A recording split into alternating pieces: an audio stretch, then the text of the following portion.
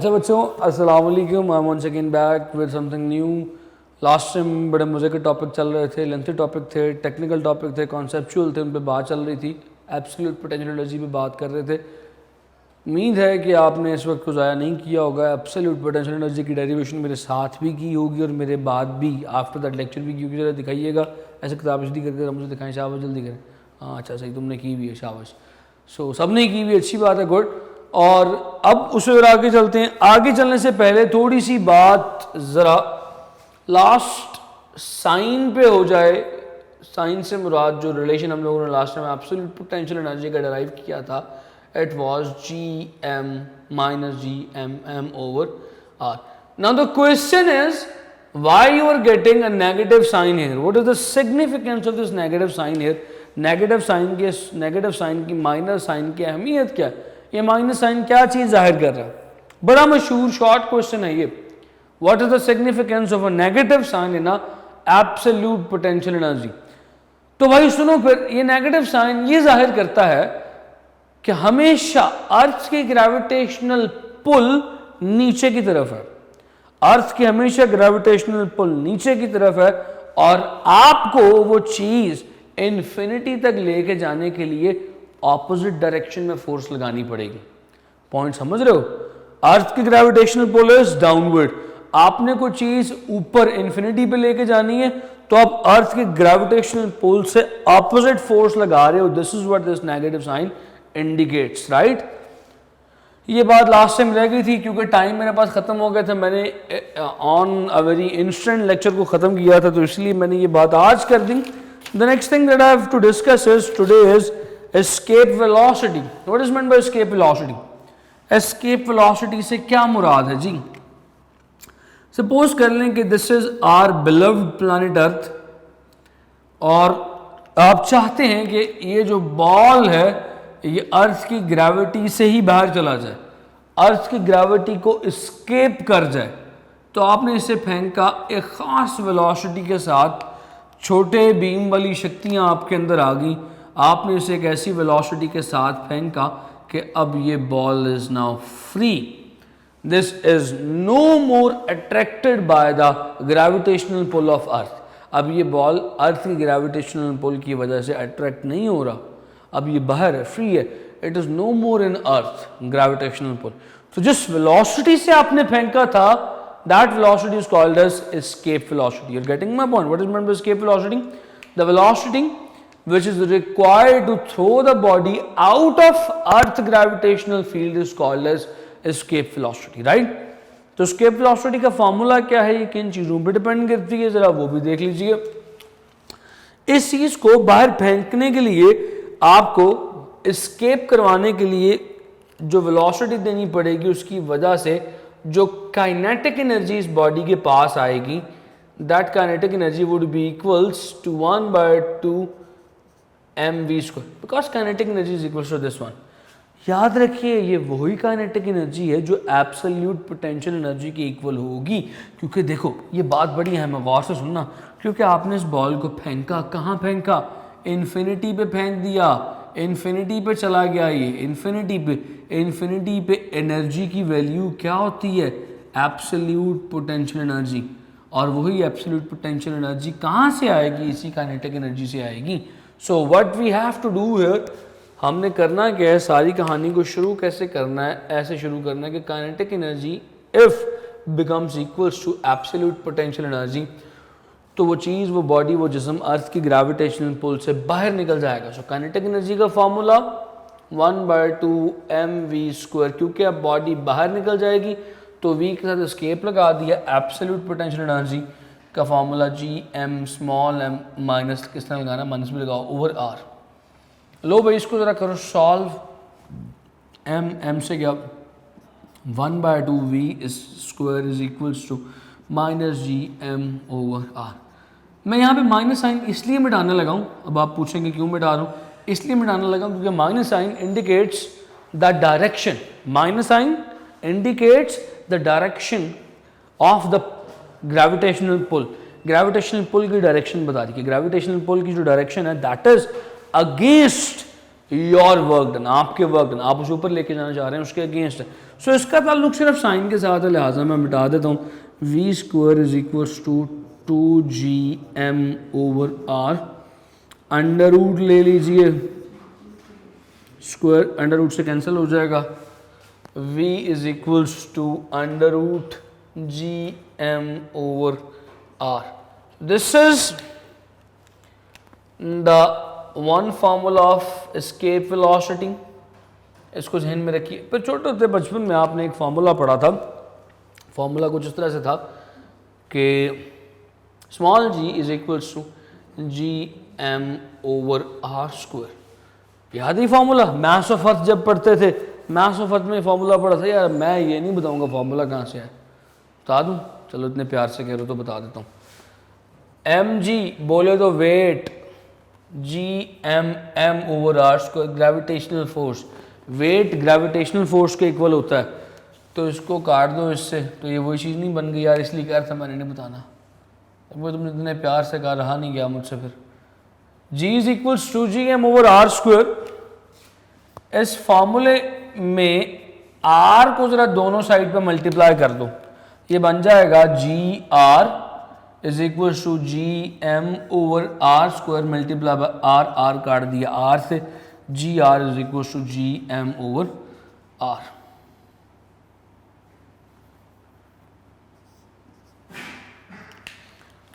अब gr या gm/r का एक नया फॉर्मूला पता लग गया। इस वैल्यू को उठाओ और घुमा के यहाँ पुट कर दो, ये बन जाएगा v escape another formula under root gr, G small r लिख दो यार, कोई फर्क नहीं पड़ता। Now what is this r? ये r कौन सा आपकी किताब में कैपिटल लिखा हुआ है, स्मॉल लिख दो, कोई फर्क नहीं पड़ेगा। This r is the radius of earth, ये अर्थ का रेडियस है, ठीक है जी। So this is another formula for the escape velocity. Escape velocity का एक और फार्मूला मेरे पास आ गया। अब अगर आप थोड़ी सी जहमत, थोड़ी सी तकलीफ करें, यहाँ पे रेडियस ऑफ अर्थ की वैल्यू पुट करें, यहाँ पे g की वैल्यू पुट करें और एस्केप वेलोसिटी की ज़रा निकालें वैल्यू। आपने कितनी को तकलीफ करनी है, आपने किताब उठानी है, एस्केप वेलोसिटी की वैल्यू देख के मुझे बता देनी है। Value of escape velocity for earth is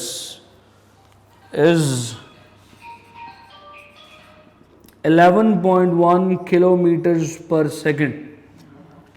यानी कि अगर किसी बॉडी को इस वेलोसिटी के साथ अर्थ की सरफेस से बाहर फेंका जाए, अर्थ की सरफेस से निकाला जाए, तो वो पक्की पक्की अर्थ की सरफेस से निकल जाएगी।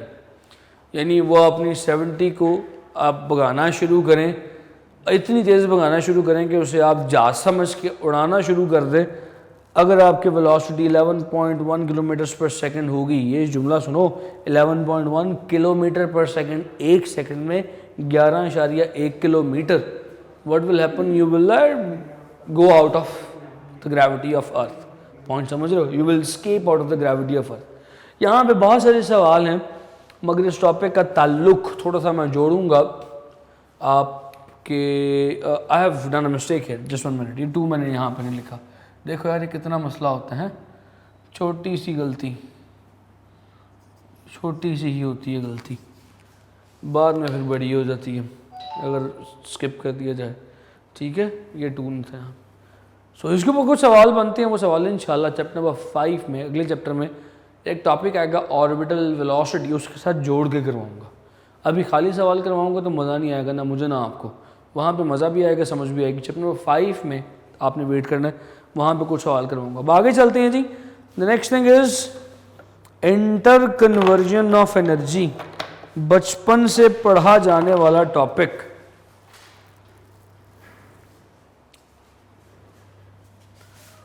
नौवीं में भी हमने law of conservation of energy पढ़ा था, कुछ ऐसा ही था।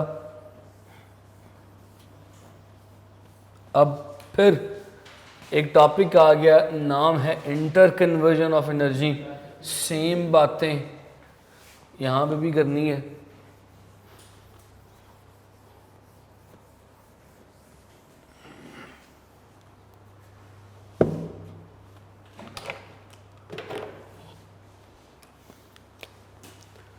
अच्छा, inter conversion of energy, topic का नाम तो लिख लो, जज्बाती हो गए।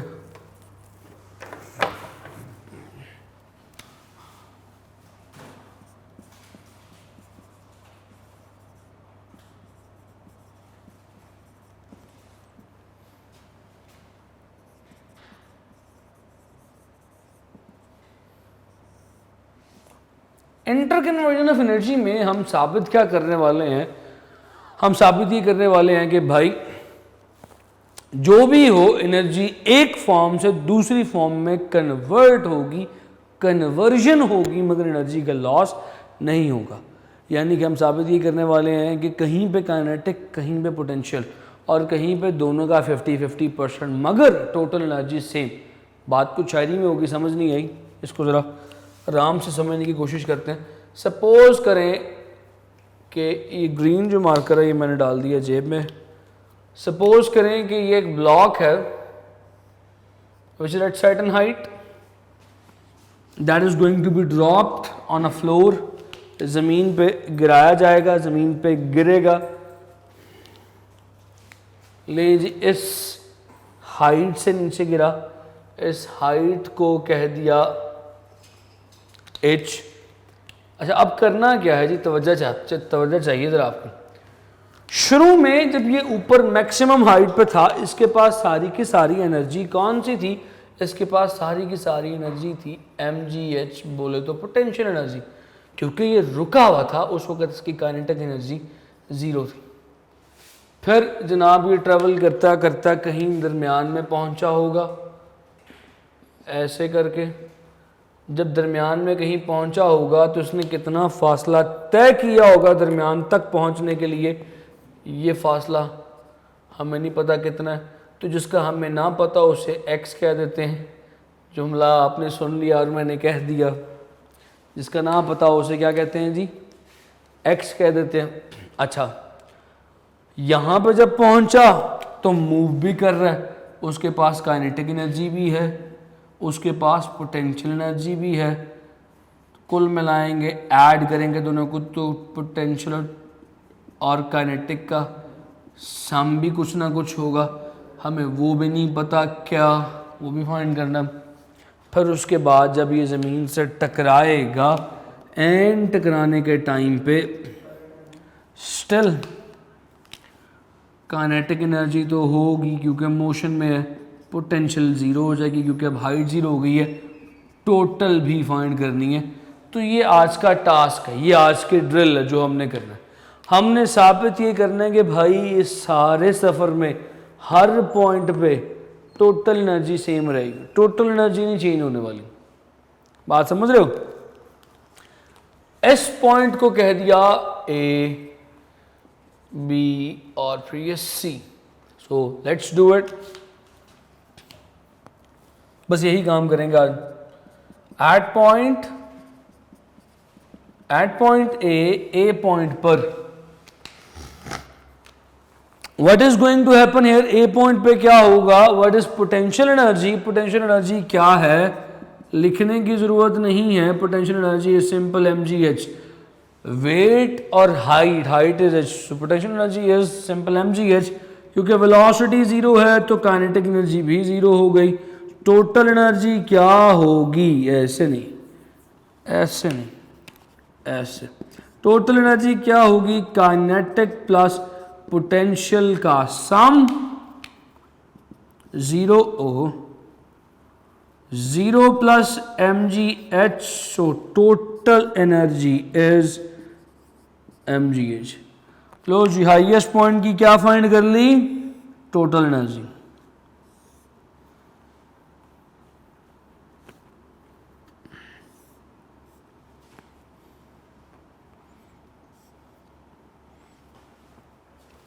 अच्छा, फिर उसके बाद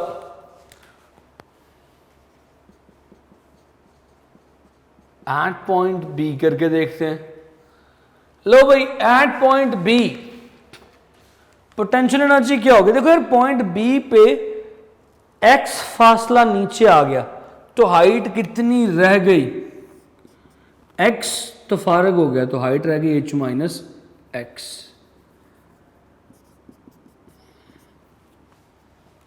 करते हैं जी। Potential energy is equals to M G H minus X. Potential energy आ गई। काइनेटिक एनर्जी के लिए एक मसला है। Kinetic energy is equals to यहाँ पे 1/2 एम वी, बी पे तो बी का स्क्वायर, उसके इक्वल हो गया। प्रॉब्लम आ गई जी, I do not have V B, velocity की वैल्यू नहीं है तो लगवानी पड़ेंगी इक्वेशंस ऑफ मोशन। ऊपर जब था तो इसकी वेलोसिटी थी 0, नीचे पहुंचा तो वेलोसिटी हो गई v b. So v i is 0, v b is v f, acceleration is equals to g, distance s is equals to x. फासला कितना तय किया, एक्स के equal. So what is third equation, 2as is equals to v f square minus v i square. घुसाओ values, 2a क्या है g, s क्या है x, vf क्या है vb जो फाइंड करना है, माइनस वी आई क्या है 0 का square. So vb square is equals to 2gx। हाँ भाई आई, फिर v अगर आ गई तो फिर फॉर्मूले में पुट कर दो काइनेटिक एनर्जी के, मगर जगह ख़त्म हो गई ऐसे ही है तो फिर पॉइंट ए में डाल देते हैं। पॉइंट ए की टोटल एनर्जी मैं यहाँ पे लिख दूँ, ठीक है ना। तो total energy at point A was M G H. अब मैं इस साइड को मिटा सकता हूँ।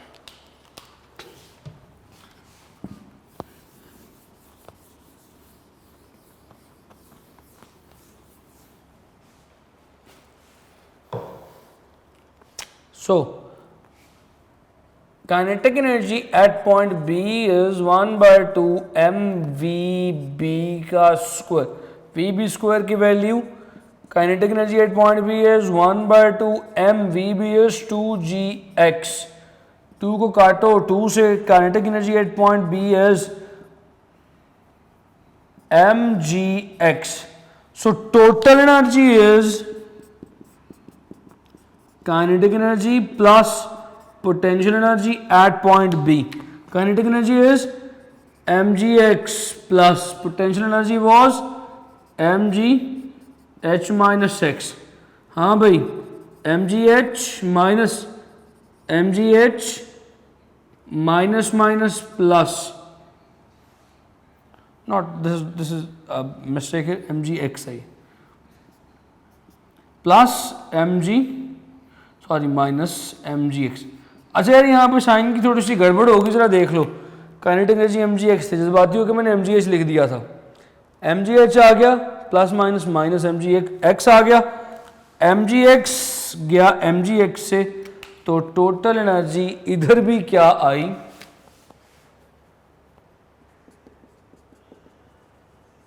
mgh। सो ऊपर भी टोटल एनर्जी mgh, सेंटर में भी total energy mgh। Total energy is not going to be changed. Point समझ रहे हो बच्चों, बातें समझ में आ रही हैं। नीचे देखना, अब नीचे एनर्जी क्या होगी, डेरिवेशन साथ साथ नोट करते जाना है, हर लेक्चर में कहना ना पड़ा करे, लिखो लिखो, हर लेक्चर में लिखो, लिखने की आदत तुम अपनाओ। गाना बन गया था, कॉपीराइट का मसला आ जाएगा। अच्छा हाँ, now we have to calculate the energy at point C. End point पे एनर्जी कैलकुलेट करनी है। एंड पॉइंट पे पोटेंशियल एनर्जी तो हो गई 0, समझ में आता है क्यों 0 हो गई। At point C height is 0, because height is 0 so potential energy at point C will become 0। सवाल आ गया काइनेटिक एनर्जी का, 1/2 mvc स्क्वायर। अब यहां पे वेलोसिटी क्या होगी, हाईएस्ट पॉइंट पे वेलोसिटी 0, फाइनल पॉइंट पे वेलोसिटी फाइंड करनी है, हमने उसे vf कह दिया। नीचे गिरेगा, हाइट कितनी है सारे सफर में, that is equals to h, acceleration is g। पॉइंट समझ रहे हो सारा, तमाम चीजें गिवन है। फिर से वही इक्वेशन लगाओ, क्या लगाओ, इक्वेशन लगाओ, 2as is equals to vf square minus vi square.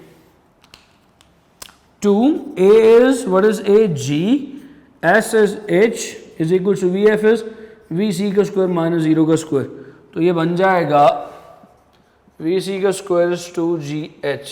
So kinetic energy at c is 1/2m 2gh.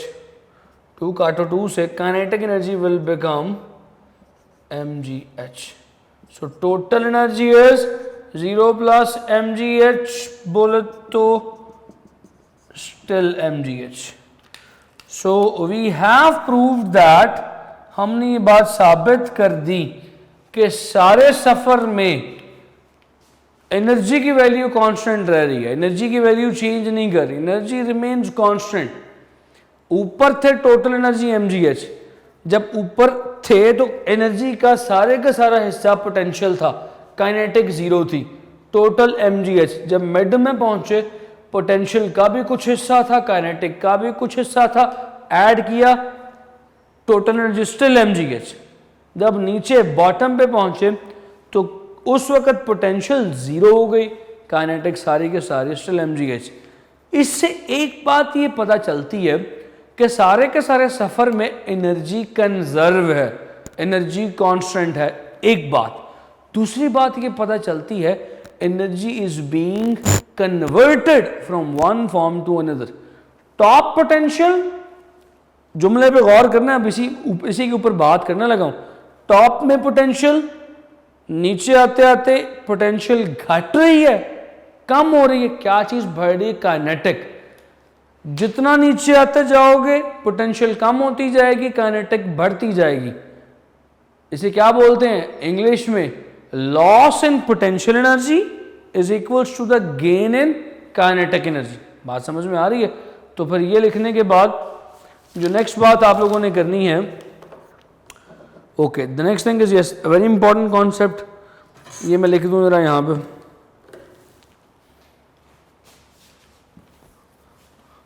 ये सारे पॉइंट्स लिखने के बाद, ये बताने के बाद एनर्जी कांस्टेंट है, यू विल से दैट, आप बताएंगे कि भाई हो क्या रहा है असल में. एक बात तो एनर्जी कांस्टेंट है वो बता दी, दूसरी बात साथ ही कि भाई लॉस इन पोटेंशियल एनर्जी जो है that is equal to the gain in kinetic energy. जितनी ज्यादा पोटेंशियल एनर्जी नीचे आते हुए लॉस होगी उतनी ज्यादा काइनेटिक एनर्जी में इजाफा होगा.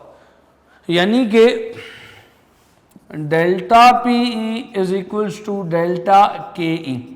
मगर असल दुनिया में थोड़ी सी कहानी मुख्तलिफ है. असल दुनिया is not a ideal world. असल दुनिया में एक विलन मौजूद है जिस विलन का नाम एयर फ्रिक्शन है.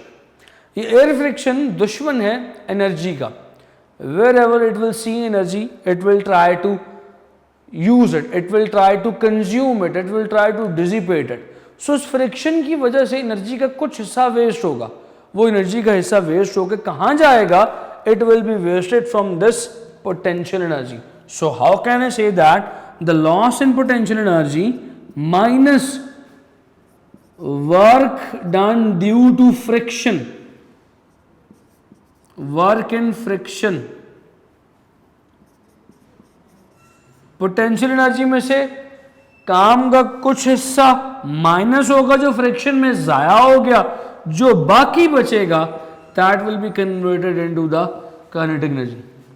पॉइंट समझ में आ रहा है बच्चों? You are getting this point. So how can I write it once again? Change in potential energy is mgh1 minus h2 minus work due to friction is fh, that is equals to kinetic energy का change, kinetic energy का gain. बात समझते हो? So it is another relation that you must know. ये relation भी आपकी किताब में लिखा हुआ है जो आपको पता होना चाहिए. कहाँ से आया, क्यों आया, ये FH क्या है. हाँ, जिन बच्चों को FH की समझ नहीं आई तो F is the frictional force, H is the distance for which frictional force is acting. So ये वो work done during frictional force है. F is frictional force, force multiplied by the फासला, you will get work done in friction, during friction. बात समझ में आती है बच्चों? any question up till here? You have got no question up till here? तो फिर आगे चलते हैं, थोड़ी सी, बिल्कुल थोड़ी सी बात और कर लेते हैं law of conservation of energy के ऊपर. इंशाल्लाह कल के लेक्चर के अंदर चैप्टर खत्म. चेक कर रहे हो स्पीड? फिर Law of conservation of energy says that energy can neither be created nor be destroyed, but it only changes from one form to another form. This is what we have discussed. ये वही बात है जो हम अभी discuss कर चुके हैं. जैसे हमने अभी डिस्कस किया कि भाई एनर्जी देखो वेस्ट नहीं हो रही. टॉप पे टोटल एनर्जी mgh, मिडल में टोटल एनर्जी mgh, बॉटम पे total energy mgh. Energy is not going to be wasted anywhere. One thing. दूसरी बात, it is changing from one form to another form. So हमने ये चीज भी अभी कर ली. सो इसका सवाल इस तरह से भी पूछा जा सकता है, state and prove law of conservation of energy. अगर ये सवाल पूछा जाएगा तो फिर आप क्या करेंगे, आप law of conservation of energy के स्टेटमेंट को बयान करेंगे. Energy can neither be created nor be destroyed, but it only changes from one form to another form. Statement. दूसरा, प्रूव कैसे करोगे इसी सारी की सारी डेरिवेशन से जो मैंने पिछले 15 मिनट में आपको करके दिखाई. हर पॉइंट पे energy constant, neither be created not be destroyed साबित हो गई. पहली बात, only changes from one form to another form means हर पॉइंट पे you will see that from here ऊपर पोटेंशियल थी, नीचे पोटेंशियल कन्वर्ट होगी काइनेटिक में, और एंड में पोटेंशियल सारी की सारी कन्वर्ट होगी काइनेटिक में.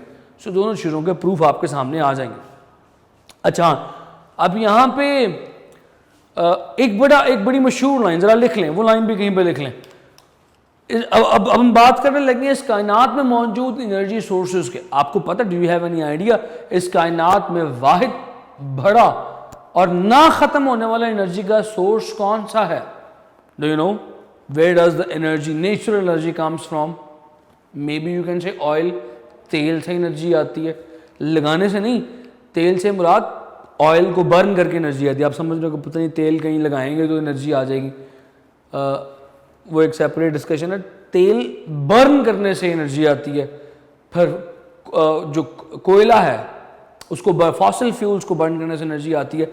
मगर वाहिद सबसे बड़ा जरिया कौन सा नेचुरली? ये तो खत्म होने वाले हैं ना. याद रखिएगा, the only and the universal, जुमले पे गौर करना है, the only and the universal source of energy of this world is the sun. Every energy source is connected to sun. सूरज है तो तमाम एनर्जी सोर्सेज हैं. अगर आप सोच रहे हैं कि भाई विंड की एनर्जी में सूरज का क्या काम है, सूरज है, सूरज की वजह से, एयर प्रेशर की वजह से विंड प्रोड्यूस होती है. इसी तरह अगर आप सोच रहे हैं फॉसिल फ्यूल जो ज़मीन के नीचे दबे हुए हैं, उनमें एनर्जी का क्या काम है? भाई सूरज की गर्मी से अर्थ गर्म होती है, तो वो हड्डियाँ जो नीचे दबी हुई हैं वो कोल में, फॉसिल फ्यूल्स में कन्वर्ट होती हैं. Even in a simple word, every single energy sources because of sun. You getting this point? बात समझ में आ रही है? इससे अगर मैं आगे चलूँ, इससे अगर आगे मूव ऑन करूँ, बड़ा मशहूर शॉर्ट क्वेश्चन आपने अपने मैट्रिक में पढ़ा हुआ है, what is the difference between renewable and non renewable energy sources. यार ये बातें मैं लिखवा इसलिए नहीं रहा क्योंकि बेसिक कॉन्सेप्ट हैं, आपने मैट्रिक में पढ़े हुए, आपने सिर्फ सुनने और आपके वो पुरानी याददाश्त, आपकी वो करण अर्जुन की तरह जब वो अपनी वो माँ से मिलने पुराने इलाके में जाता है उसको सारी याददाश्त वापस आ जाती है, वही सीन आपके साथ होना है. मैंने नाम बोलने हैं, थोड़ा सा डिफाइन करना है, वो आपकी करण अर्जुन की तरह याददाश्त सारी वापस आ जानी है, आपको पता चल जाना, अच्छा हाँ ये ऐसे था. सो what is meant by renewable and non renewable energy sources, इनके दरमियान फ़र्क क्या है? Renewable non renewable energy sources क्या होते हैं? सो पहले बात करते हैं नॉन रिन्यूएबल पे. नॉन रिन्यूएबल एनर्जी सोर्सेज कौन से हैं जो अगर कायनात में एक्सटिंक्ट हो जाएं, ख़त्म हो जाएं, once they are extinct they will never ever come back, वो वापस कभी नहीं आएंगे. मिसाल के तौर पे फॉसिल फ्यूल्स, दिन ब दिन हमारा फॉसिल फ्यूल का जो यूज़ है वो बढ़ता जा रहा है, जिसकी वजह से फॉसिल फ्यूल की अमाउंट जो हमारे पास मौजूद है वो कम होती चली जा रही है. आने वाले 50 कहा यह जाता है कि हमारे पास जो तेल के ज़खायर मौजूद हैं और जो ज़ेर ज़मीन है वो सिर्फ आने वाले 50 साल तक चलेंगे.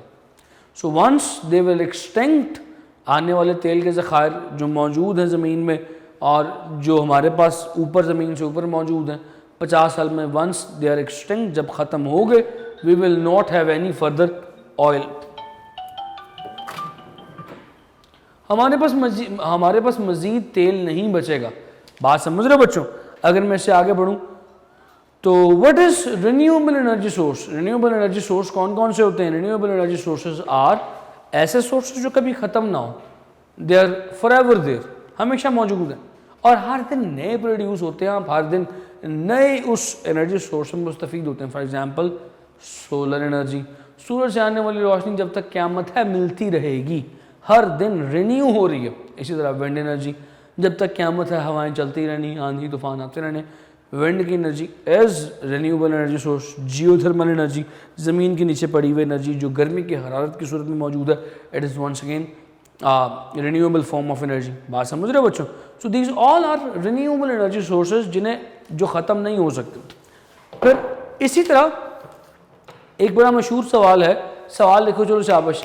What is the difference between, क्या लिखना है, what is the difference between conventional and non conventional source of energy. आज बस ये बात करनी है और कोई नहीं। कन्वेंशनल सोर्स ऑफ एनर्जी क्या होता है?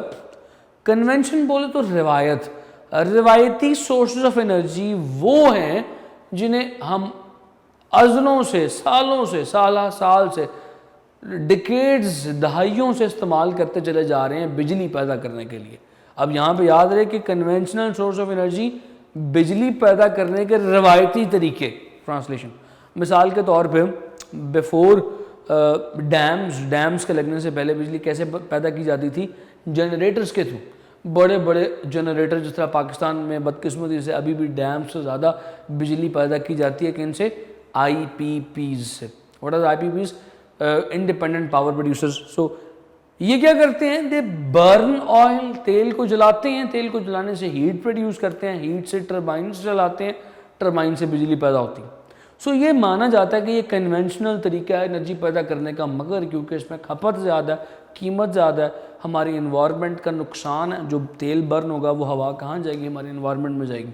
तो करने की ज़रूरत पे, तो हमें क्या करने की ज़रूरत पेश है? हमें कन्वेंशनल सोर्स ऑफ एनर्जी से हट के non conventional source of energy की तरफ जाने की ज़रूरत पेश है। Non conventional source of energy का क्या मतलब है, क्या डेफिनेशन होगी? तो ज़रा सुन लो। Those sources of energies which are more eco-friendly, जो माहौल दोस्त हैं, हमारे माहौल को नुकसान नहीं पहुंचा रहे, पहली बात, and they can be use to harvest the energy in future, कि जिनके ऊपर काम करके हम फ्यूचर में ज़्यादा मकदार में सस्ती बिजली, सस्ती एनर्जी हासिल कर सकते हैं। In non conventional sources of energy के नाम आपको पता होने चाहिए, सिर्फ नाम बता देता हूँ। आज किताब में जो नाम लिखे हुए हैं, they are energy from tides, energy from waves, solar energy, फिर है then there is energy from biomass and geothermal energy. ये 5 एनर्जी के सोर्सेज हैं। कल इंशाल्लाह इसी बात पे, इसी चीज़ पर डिस्कशन होगी। पिछले लेक्चर में, कल के लेक्चर में ज़रा ज़्यादा टाइम ले लिया था आपका, आज हमको 2-4 मिनट जल्दी फ्री कर रहा हूँ ताकि कॉम्पनसेशन क्रिएट हो जाए। सो यहाँ तक मुझे इजाज़त दीजिए। अपना और अपने घर वालों का ख्याल रखिएगा, घर से बिल्कुल मत निकलिएगा। अल्लाह हाफ़िज़।